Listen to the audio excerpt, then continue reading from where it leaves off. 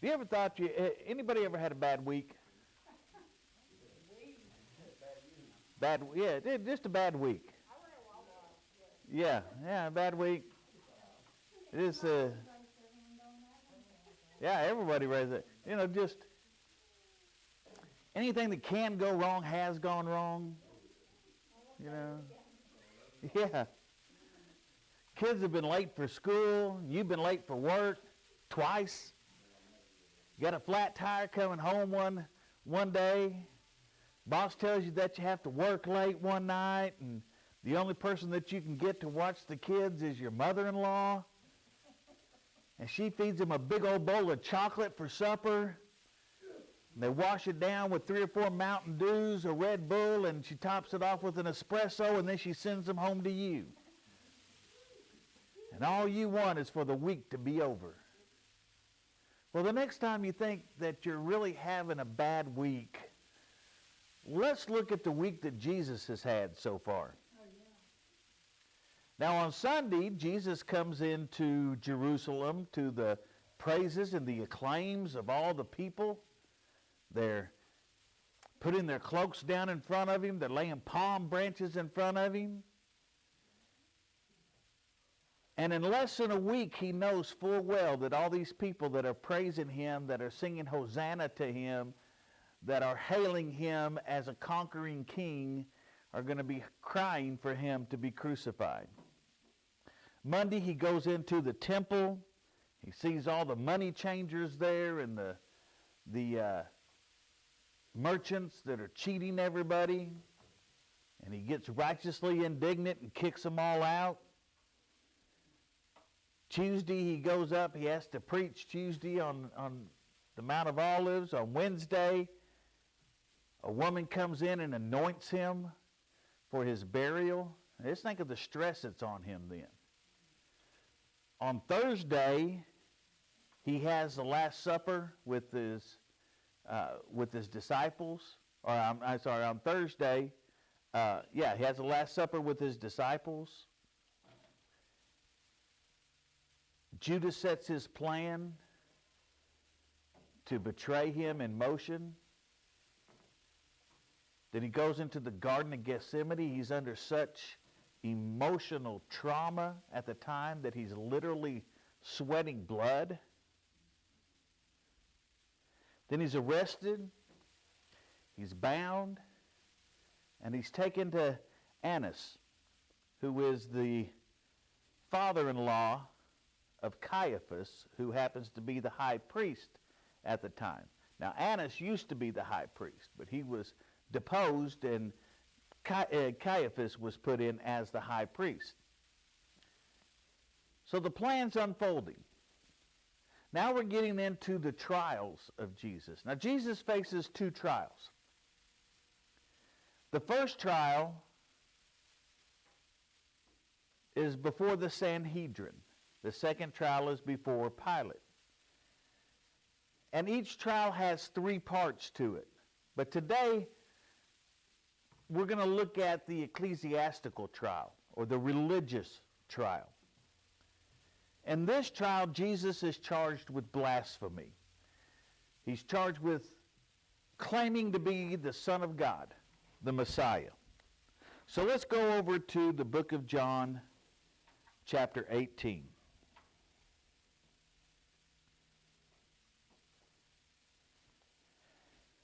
And we're going to read 12 through 14. Then the band and the captain and officers of the Jews took Jesus and bound him and led him away to Annas first, for he was the father-in-law of Caiaphas, which was the high priest that same year. Now Caiaphas was he which gave counsel to the Jews that it was expedient that one man should die for the people. So the soldiers bring Jesus to Annas' house, the father-in-law of Caiaphas, the high priest. It's kind of a ironic twist of words here.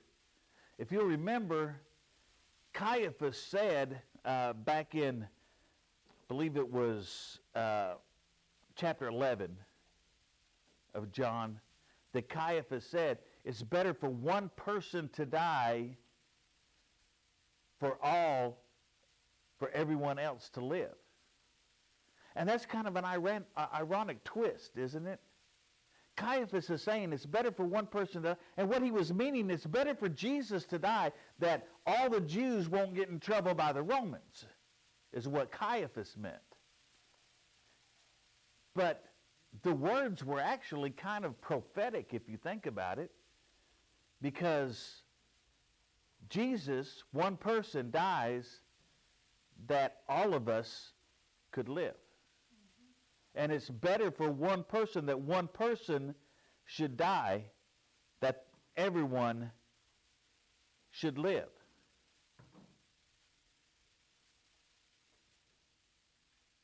The very ones that condemned Jesus, Caiaphas and all of them, the very ones that condemned him, actually unknowingly proclaimed him. They didn't realize that's what they were doing, but that's what they were doing. Now let's look at verse 17. Then saith the damsel that kept the door unto Peter, art not thou also one of this man's disciples? Peter and another disciple followed Jesus, and they gained access to the court of the high priest along with Jesus. We see that in verse 15. This is kind of reminiscent to like a TV drama. Anybody ever watch police TV dramas? You know, like Law and Order or Criminal Minds or, you know, any of those like that?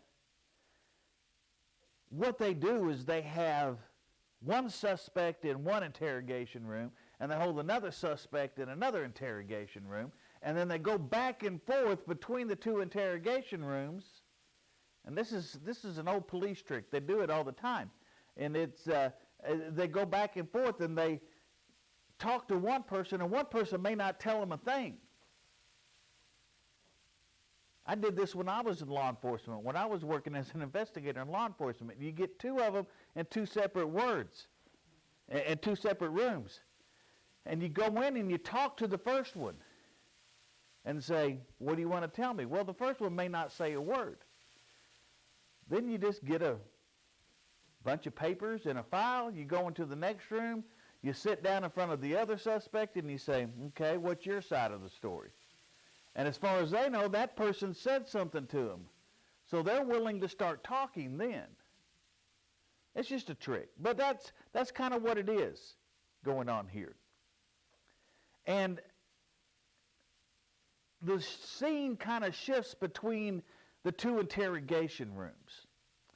One is in the high priest's house with Jesus, and the other is in the courtyard with Peter. And the tensions build as we see who's the first that's going to give in. Now, it doesn't take Peter very long to cave in.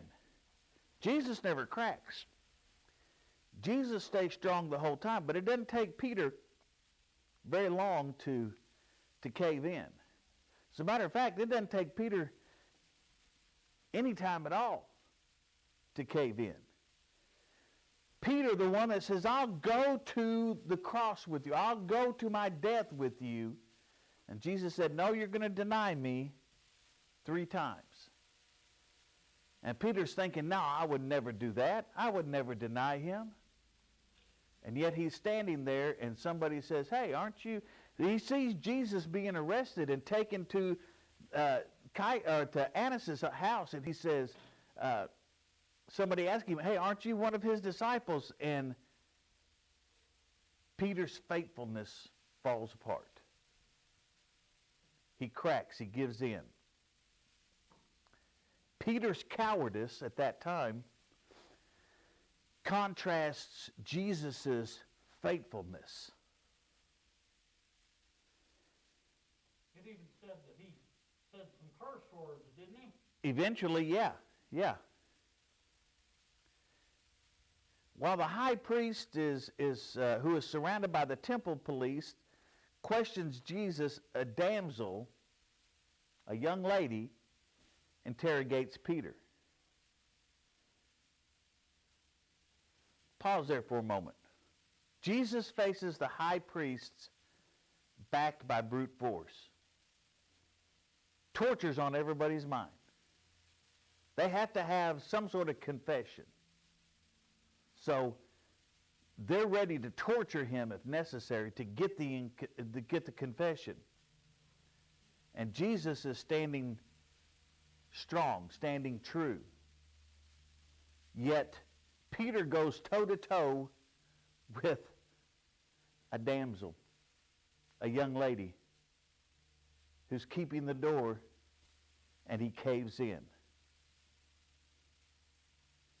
The damsel asks Peter if he's one of one of Jesus' disciples, and while Jesus responded when they came up, and he says, "Who do you seek?" And Jesus asked them, "Who do you seek?" And they said, "Jesus of Nazareth." While Jesus said, I am him. Peter says, "No, I am not one of his. I'm not one of his disciples. I'm not one of those that follow him." Then Peter joins the very ones who came to the garden to seize Jesus as they warmed themselves by a charcoal fire. Look at verses 18 and 19. And the servants and officers stood there who had made a fire of coals, for it was cold, and they warmed themselves, and Peter stood with them and warmed himself. The high priest then asked Jesus of his disciples and his doctrine. Peter is there with the very ones that came to arrest Jesus. He's standing there with them, warming himself by the fire. He's kind of like that kid in high school or junior high that abandons all of his buddies to go hang out with the cool group. And when he sees somebody being abused for some reason, he doesn't intervene. He doesn't step in because he sees that it's going to be too dangerous maybe. That's easy for us to condemn Peter for what he did. It's real easy for us to sit here now and say, "No, that was wrong. Peter, coward. How dare he do something like that?" But how many of us, when you think about it, how many of us has faced this very type of situation? We see some injustice or some abuse that's going on, especially in today's world. We see something happening, something's going on, and we don't want to get involved. So we stay out of it. Even though we know we should get involved somehow. We don't want to do it. Just look at the world around us. All the things that are going on in the world. Cancel culture and all of this stuff. And yes, the squeaky wheel gets the grease.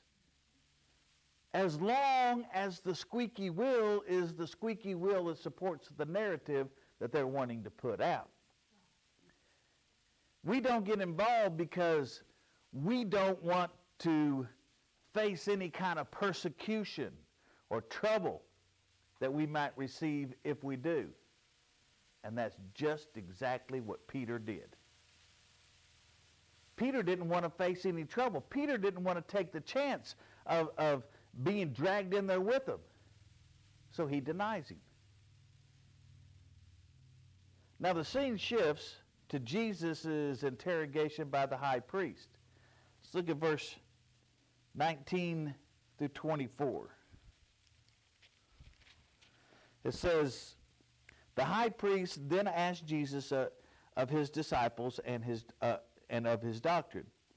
Jesus answered him, I spake openly to the world. I ever taught in the synagogue and in the temple, whither the Jews always resort. And in secret I said nothing. Why askest thou me? Ask them which heard me, what I have said unto them. Behold, they know what I have said. And when he had thus spoken, one of the officers which stood by struck Jesus with the palm of his hand, saying, Answerest thou the high priest so? And Jesus answered him, If I have spoken evil, bear witness of the evil. But if well, why smitest thou me? Now Annas had sent him bound unto Caiaphas, the high priest.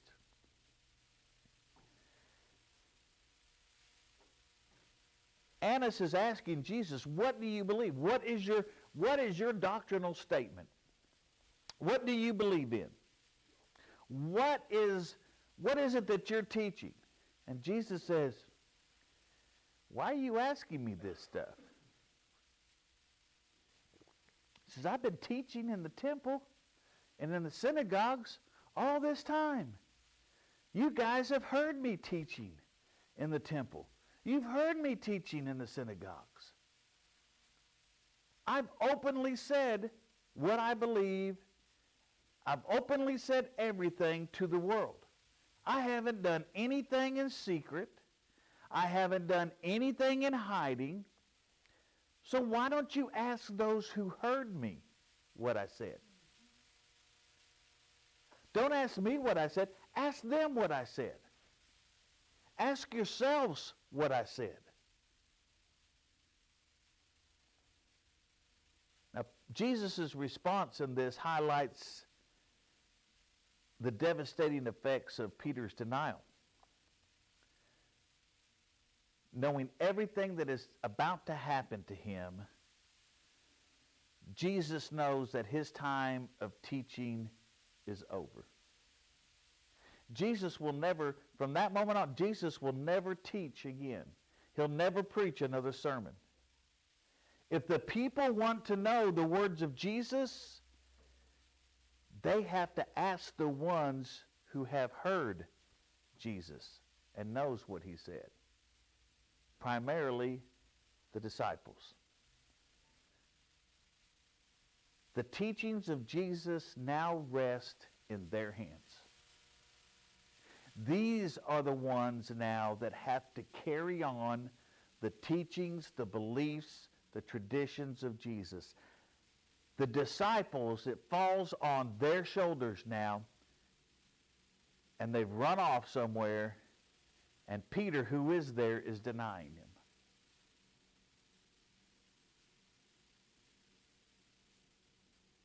The teaching of Jesus now rests in Peter's hands. But not only that, his teachings now rest in our hands. You see, we are the carry-on. We are the descendants. We are the line of Peter. We are the ones that have to carry on what Peter and the other disciples started. We think all we have to do is just listen and hear what is being said.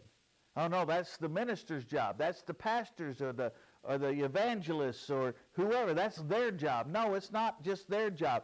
Every one of us are disciples of Christ. And as being disciples of Christ, it is every one of our responsibility to carry on that tradition and to carry on that teaching that they started.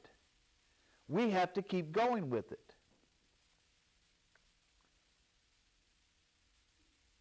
One of the temple police slaps Jesus because of how he answered the high priest. And Jesus just ask him, why are you slapping me? So if I've said something evil, tell me what it is that I said evil. If I've spoken blasphemy, bring witnesses to that effect. But if I haven't, then why are you slapping me? Here we see that Jesus is not guilty. In fact, to be confirmed in Jesus' trial before Pilate, which we'll look at another time. More than not guilty, Jesus stands before Caiaphas and Annas and the council, and he tells the truth. Unlike Peter, who stood before a damsel and lied. Now the scene returns to Peter, a disciple who has heard Jesus' teaching, still standing by the fire with those who came to seize Jesus. Peter is asked a second time if he is one of Jesus' disciples. Peter denies Jesus a second time, saying, I am not. Verse 25 through 27. And Peter stood and warmed himself. They said unto him, Art not thou also one of his disciples? He denied and said, I am not. One of the servants of the high priest, being his kinsman, whose ear Peter cut off, saith, Did I not see thee in the garden with him? Peter then denied again, and immediately the cock crew. So this is one of the kinfolks of the guy that Peter, remember Malchus? Peter cut off the ear of Malchus, and Jesus told him to put his sword back. This is one of his kinfolk who was there. And he sees Peter, and he says, yeah, you're the guy that cut off my, cousin Malchus's ear.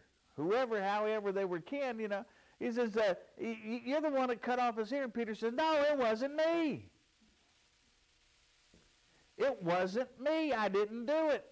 Peter would have made a good politician these days. Because even though everything is right there, the evidence is right there, Peter says, no, it wasn't me. I didn't do it. Peter denies Jesus a third time. Not only does Peter deny Jesus, but he denies even being in the garden in the first place. Peter denies any kind of relationship with Jesus. Peter denies all links to the disciples. Peter denies, listen to me, Peter denies what even Judas acknowledged. Judas acknowledged that he was one of the disciples. Judas freely said, yes, I'm one of the disciples.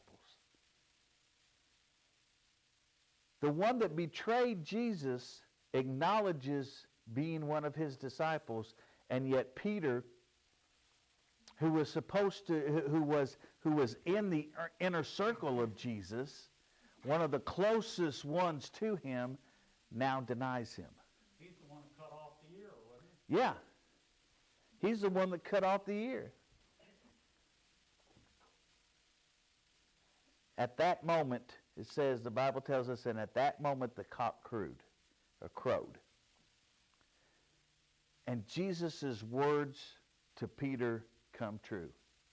Before the cock crows, you will deny me 3 times. Now let's look over to Luke. Go over to Luke real quick. Luke chapter 22.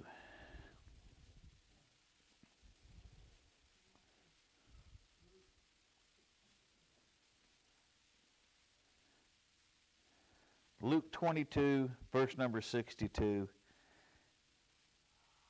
And it says, and Peter went out and wept bitterly. Luke records that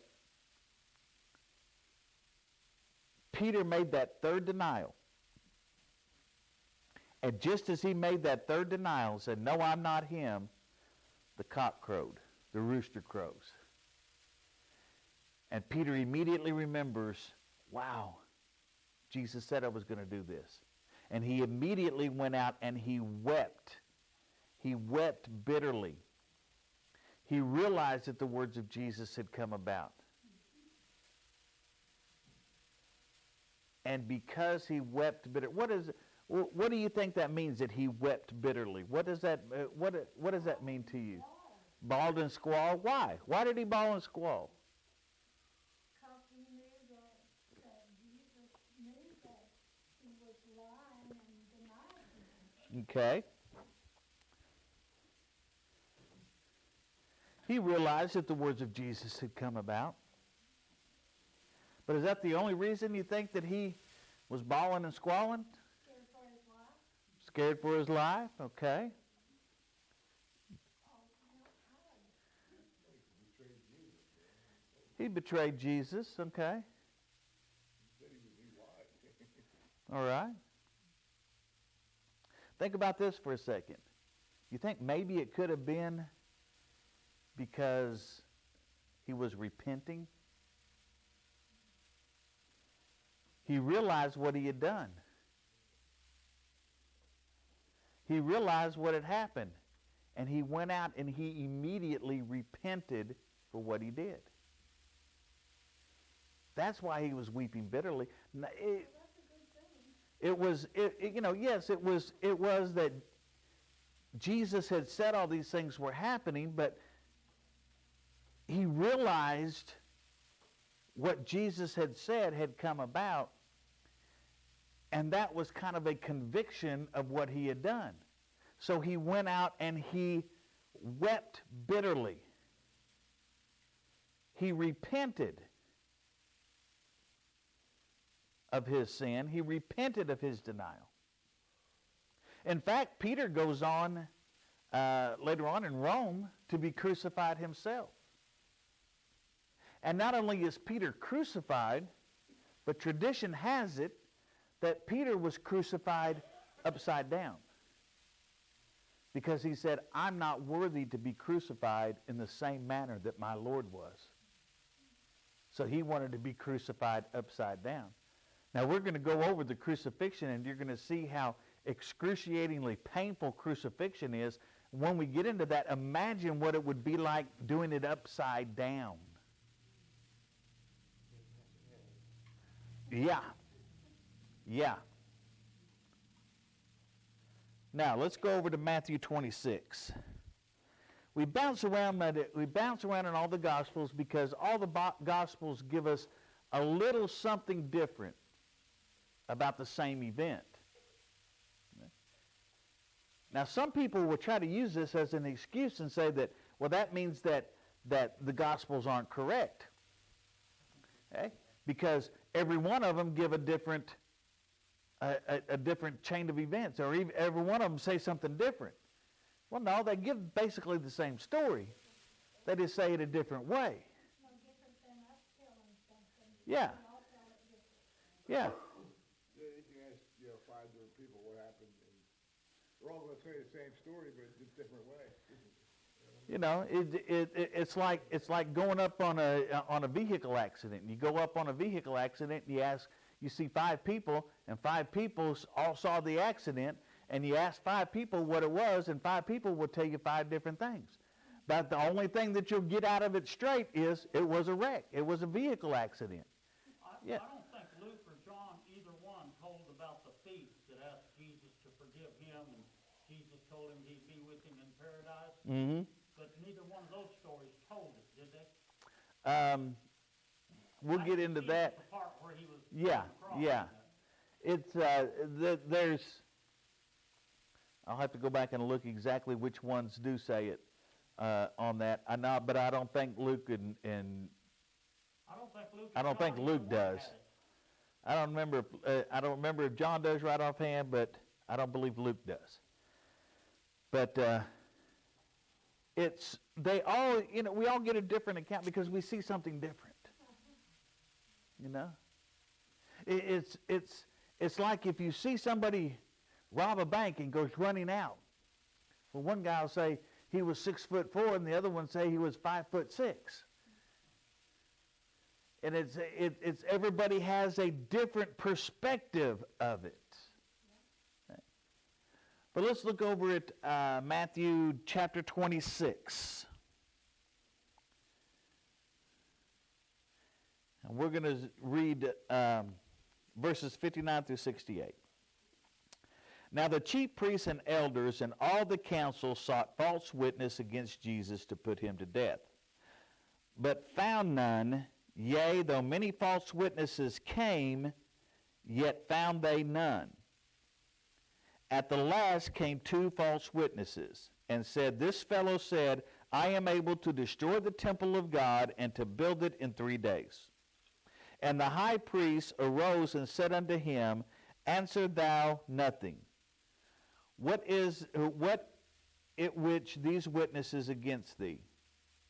But Jesus held his peace, and the high priest answered and said unto him, I adjure thee by the living God, that thou tell us whether thou be the Christ, the Son of God. Jesus saith unto him, Thou hast said. Nevertheless, I say unto you, hereafter shall ye see the Son of Man sitting on the right hand of power, and coming in the clouds of heaven.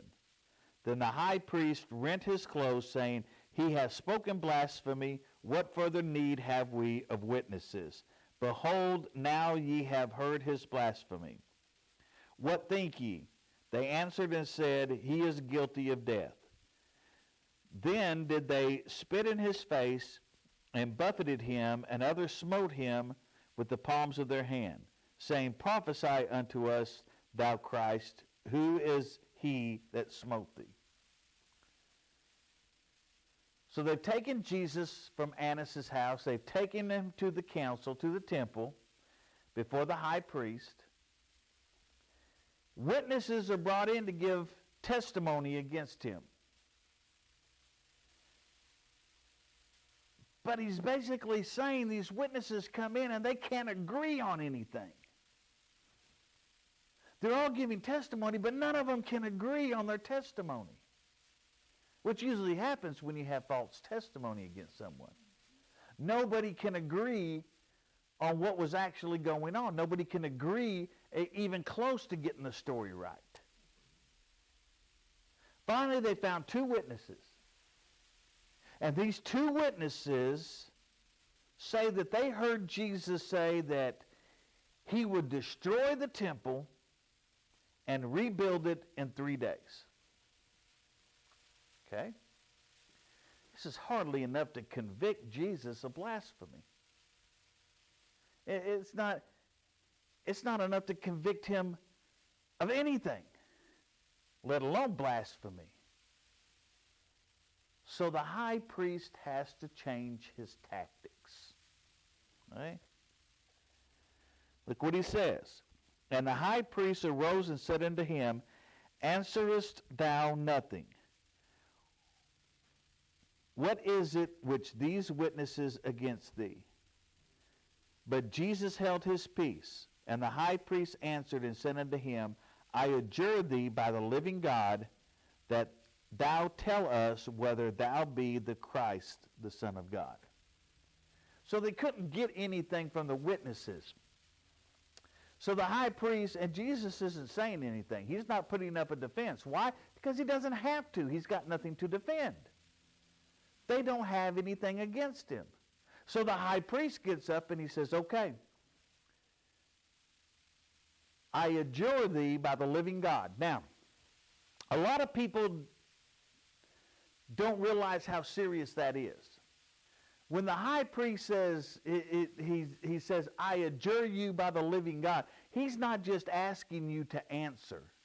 He's basically commanding you to answer. To not answer the high priest at a time like that would be a crime in itself, according to Jewish law. So it's not just, I want you to say something, and Jesus can say, I plead the fifth, I'm not going to say nothing. No, when he says, I adjure you by the living God to do this, that means you're answering me. Whether you want to or not, you are going to answer me. So he says, tell me, are you the Son of God? Are you the Christ? Now look what Jesus answers in verse 64. Then saith unto him, Thou hast said. Okay? Notice what he says here. He says, look, you said it. Basically, you said it, not me. You have said, thou hast said, Nevertheless, I say unto you, hereafter shall ye see the Son of Man sitting on the right hand of power and coming in the clouds of heaven.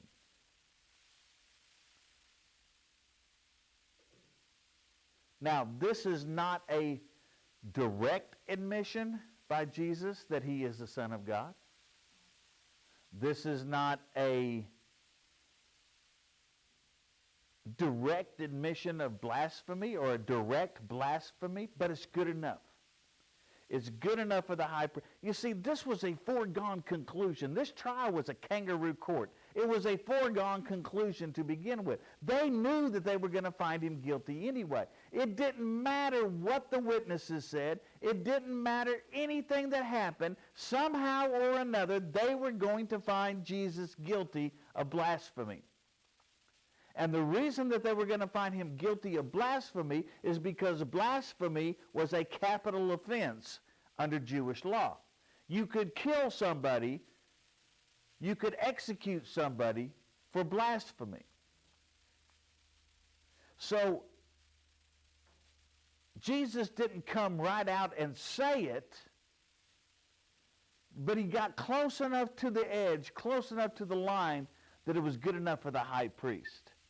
And look what he says. The high priest rent his clothes, saying, he has spoken blasphemy. What further need have we of witnesses? Behold, now ye have heard his blasphemy.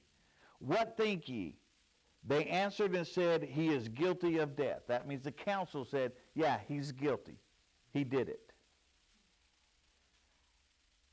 Yes. Was Paul, there with them? No, not at this time. Paul wasn't there with them.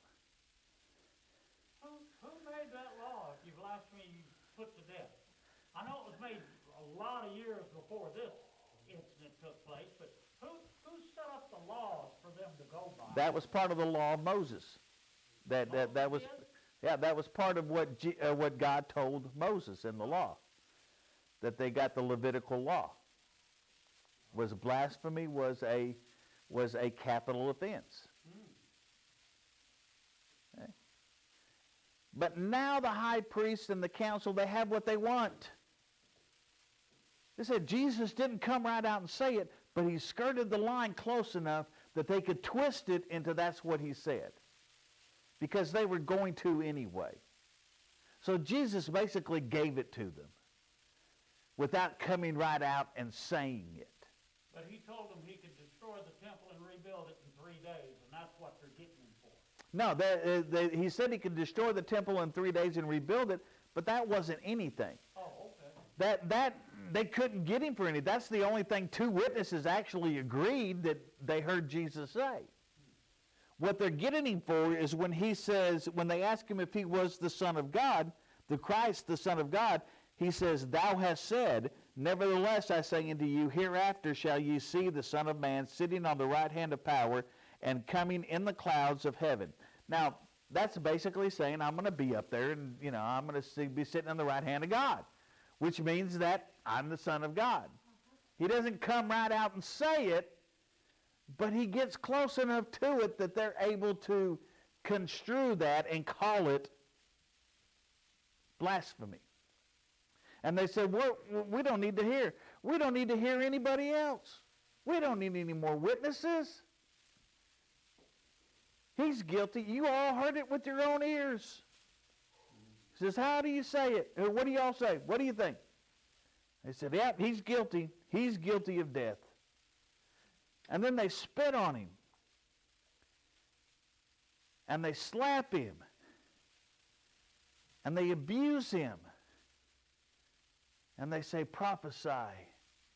Which one of us smote you? Which one of us hit you? They're basically mocking him.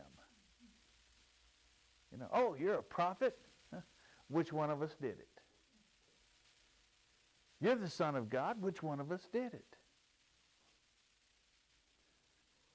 The trial before the Jewish authorities, the ecclesiastical trial, the religious trial before the Jewish authorities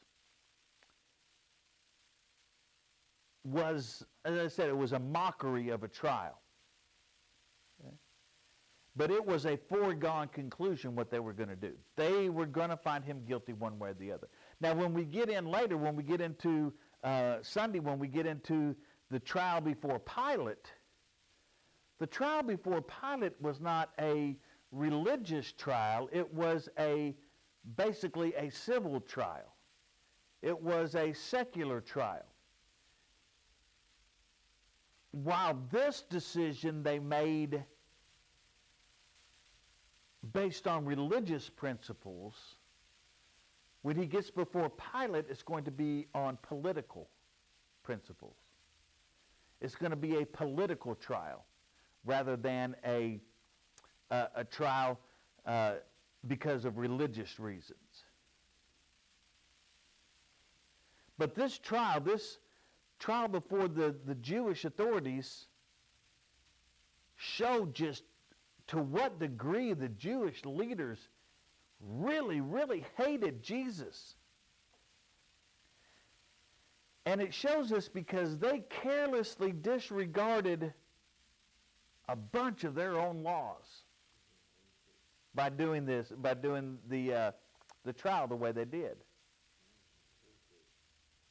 The Torah sets out precisely how these trials are supposed to be conducted. And there were several illegalities in these trials from this perspective of Jewish law. Yeah. So basically, they could have been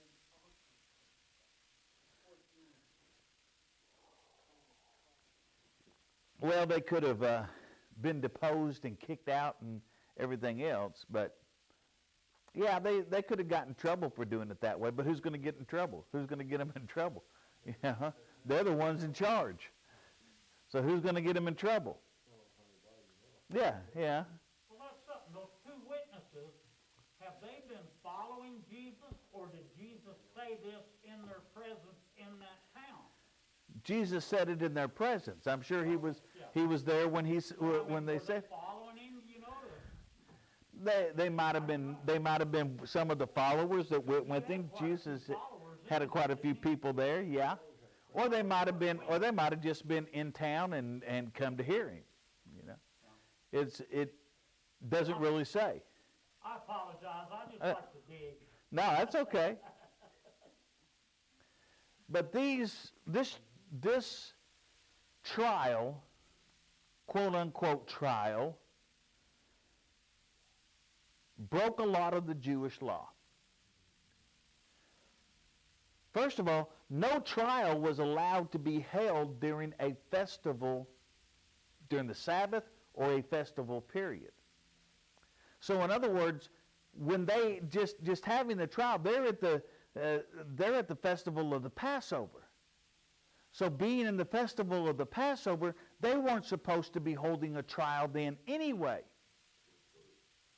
Okay? Yeah, it's like a holiday. The courthouse is closed. Now, it's supposed to be having a trial then.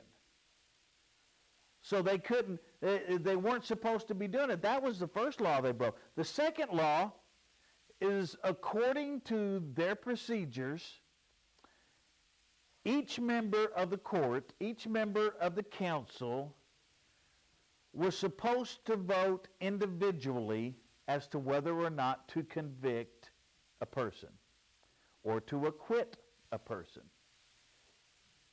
It was like a jury. When your jury goes in to deliberate, they all cast a vote, whether to convict or to acquit. And they're supposed to all individually cast a vote.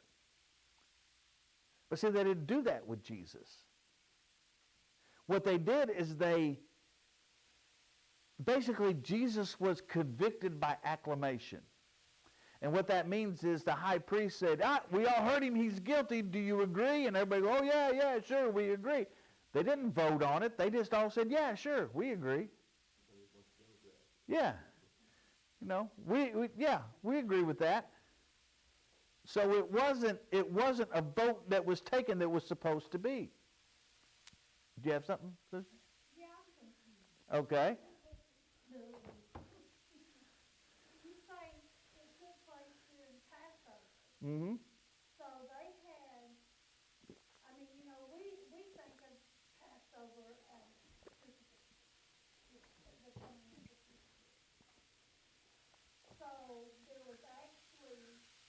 holiday prior to the crucifixion of Paul the Baptist. Yes. It commemorated the passing over of the angel of death while the children of Israel were in captivity in Egypt. Okay. Remember? We just, or I just put it, you know, with the crucifixion. Yeah. Remember when they killed the lamb, Yeah, and then they put the blood right. on the door posts, Death angel. yeah, so the death angel would pass over. Well, That's that- what this was. Is that the holiday they were talking about, that they cannot have him hanging on the cross during that holiday, or was it something else? Well, they couldn't have him hanging on the cross during Shabbat or the Sabbath. They couldn't have him Oh, hanging on the Sabbath. cross on the Sabbath.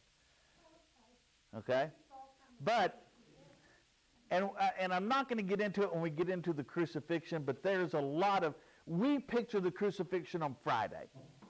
Okay?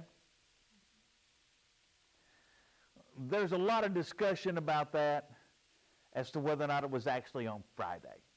Some say it was Thursday, some say it was Wednesday. And we're not going to get into that and get too deep into it because it really doesn't matter. It doesn't make a bit of difference. Okay? It took place, and when it happened, it doesn't matter when it happened. All that matters is that it happened. All right? So, getting back to the illegality of the trial. Number one, it was held during a festival, a Passover. Number two, they didn't vote individually to convict Jesus. They did it by acclamation. Number three, according to the law, if the death penalty was given, if they handed down a death penalty, then there had to be at least one night pass before the sentence was carried out.